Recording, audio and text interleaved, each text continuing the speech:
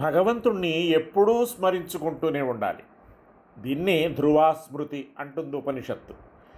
ఈ స్మృతి ఎడతెగక ఎల్లప్పుడూ కొనసాగాలంటే ఉపాసకులు పాటించాల్సినవి కొన్ని ఉన్నాయి.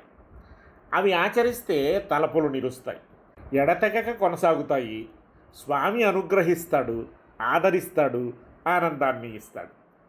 అయితే అందుకేం చెయ్యాలి? ధ్రువాస్మృతి కలగాలంటే అంతఃకరణ నిర్మలం కావాలి. అప్పుడే తలపు నిలకడగా ఉంటుంది. అంతఃకరణ నైర్మల్యాన్నే సత్వశుద్ధి అంటారు. సత్వశుద్ధి కావాలంటే ఆహార శుద్ధి తప్పదు. ఏది పడితే తినకూడదు. ఉల్లి, మాంసం, వెల్లుల్లి మొదలైన రాజస తామస పదార్థాలను జాతి దుష్టాలంటారు. వీటిని తినకూడదు. తినదగినవే అయినా నాస్తికులు, పతితులు మొదలైన వారి సంబంధం ఉన్నవైతే వాటిని తినకూడదు. ఇట్లాంటి వాటిని ఆశ్రయ దుష్టాలు అంటారు. ఇక మూడో రకం ఈగలు ముసిరినవి, పురుగులు పడినవి, తల వెంట్రుకలు కలిసినవి, ఇట్లాంటివి. వీటిని తినకూడదు.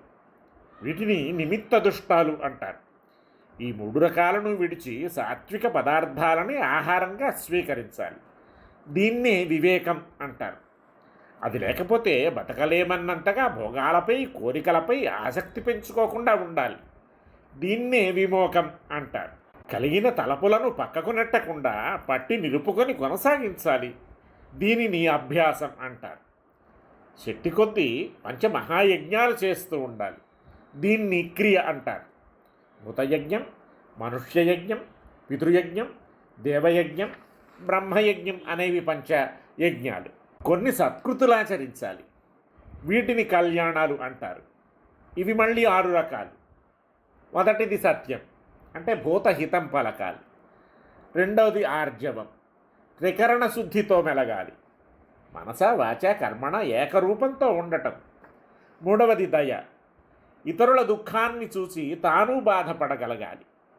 ఇతరుల దుఃఖాన్ని చూసి ఓర్చుకోలేకపోవడం, స్వార్థం లేకుండా ఇతరుల దుఃఖాన్ని పోగొట్టాలనుకోవడం, ఇది దయ. నాలుగవది దానం, మమతాబుద్ధి లేకుండా తనకున్న దాన్ని వరులకివ్వాలి. ఇక ఐదవది అహింస, పరులను ఏ రకంగానూ పీడించకుండా ఉండటం.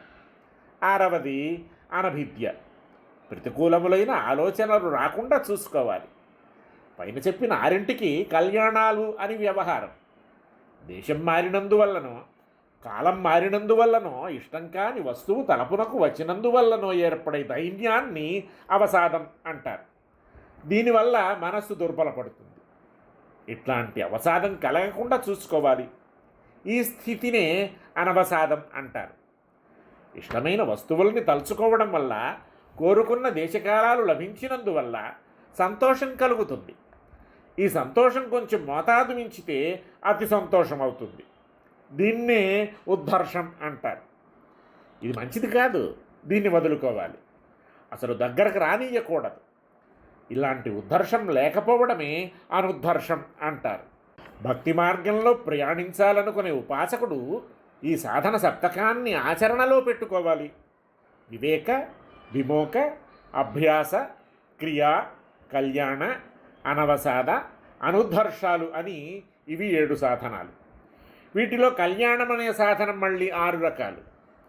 ఈ సాధనానుష్ఠానం వల్ల నిరంతర స్మృతి ఏర్పడి పర్యవసానంగా పరభక్తి, పరజ్ఞాన, పరమభక్తులు కలుగుతాయి.